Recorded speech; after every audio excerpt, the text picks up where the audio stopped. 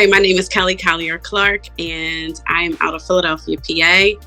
My firm is Plot Twist Design, which is also right outside of Philadelphia in Bluebell, PA. I've loved interior since I was a little girl. Since the days of playing Barbies with Barbie Dream House, I'm dating myself quite a bit, right? But that's just the truth. And I grew up in a home where, I don't know, crystal lamps, oriental rugs, Asian-inspired decor, custom furniture was normal. So for me, I was always used to seeing a home adorned with beautiful tapestry, fabrics, and things like that. So once I got older, got my own home, it was almost like, okay, how do I make this house beautiful, right? So plenty of times I would have people say, you missed your calling. And when you hear that so many times, you kind of start thinking, maybe I did, because I was a corporate girl for, I don't know, that's my background in corporate business, which over 20 years at this point. But once my daughter went to college, I decided to explore the business side, and I went to take some design classes at Temple University, and the rest was history. The most common is the millennial couples, which I have like a baby toe in that era myself, right? So I think and people tend to think I'm younger than I am, so I don't know if that helps, but that's my ideal client. Usually it's a millennial couple who either they're getting married or they just bought a house and they want to update some things right from the jump, or they've been saving and now they're ready to renovate in a home they've been in for a while. I'm trying to do less e-design. I will say that this year I had my first client in Texas and my first client in New York, which was fun. But I do travel in the tri-state. So I've had pretty decent sized projects in Delaware and New Jersey, but the majority have been in Pennsylvania and the outer skirts of Philadelphia and the counties.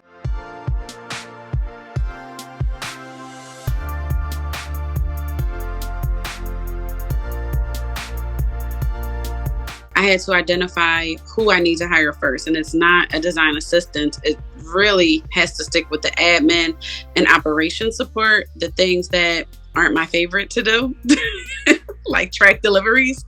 So if I could have someone else doing more of that, I can focus more on all their creativity without getting burnout. I absolutely love bath renovations, and the last larger projects, those clients found me all from my powder room renovation that I shared on social media, and I really enjoyed it. So I think I would have to say that's the superpower I'm going to speak into existence, and I'm going to hone in on that. Powder rooms I absolutely love because they are small, and it takes a lot of strategic planning for a very small space, right? And I also think that the powder room in a home is the space where you can go crazy, and it should be an element of surprise. So I love the fact that when you open a powder room and it's gorgeous, it's wallpaper, or you see this striking light fixture. And I think for people like myself, for example, who may not want to go crazy with color in their home, or, have more of a monochronic, type of aesthetic, that's where you kind of live out your wildest dream, right? In your powder room. At least that's what I think.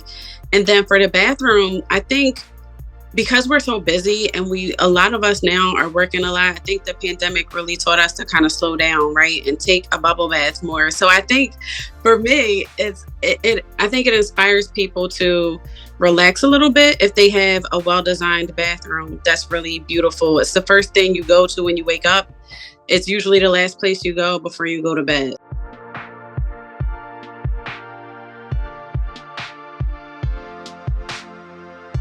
I am my worst client because not that my budget is limitless, because it is not. However, you will spend money on things you want, right? And so for me, it makes it hard when you kind of have that freedom, but also just making decisions for myself. That's hard, but he definitely defers to me on all the things. He knows who he married, and he knows that any given day he can come home and the whole entire living room might be changed around. So The only space he said he wants to have input in is his man cave, which is not going to be really a man cave, but I'm going to make him think it's a man cave.